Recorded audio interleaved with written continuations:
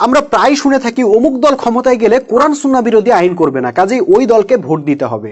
ভাইরে ভাই, আর কত হাসাইবেন আপনারা? এই যে এতগুলা রাজনৈতিক দল খুইলা ভিন্ন ভিন্ন মার্কা বসায় রাজনীতি করতেছেন, এই দলাদলিটাই তো কোরআন সুন্নাহর সম্পূর্ণ বিরোধী। কোরআনে আল্লাহ বারবার বলছেন বিচ্ছিন্ন হইও না, জামাতবদ্ধ থাকো। হাদিসে রাসূল সাল্লাল্লাহু আলাইহি ওয়াসাল্লাম বারবার বলছেন অনৈক্য কইরো না, জামাতবদ্ধ থাকো। সেইখানে আপনারা গণতন্ত্রের নামে কি করলেন?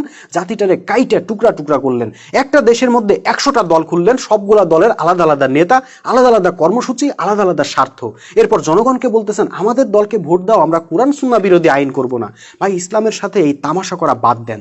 যে রাজনৈতিক ব্যবস্থাটাই কোরআন সুন্নাহ বিরোধী, সেটার আন্ডারে রাজনীতি করে আপনারা বলতেছেন কোরআন সুন্নাহ বিরোধী আইন করব না। এটা কোন ধরনের ধাপ্পাবাজি? যদি সত্যিই কোরআন সুন্নাহর প্রতি আপনাদের ঈমান থাকে, তাহলে সবার আগে ধাপ্পাবাজির গণতন্ত্রটা বাদ দেন, রাজনৈতিক দলাদলি বন্ধ করেন, সবাই মিলে তৌহিদের ভিত্তিতে ঐক্যবদ্ধ হয়ে এক জাতি হন।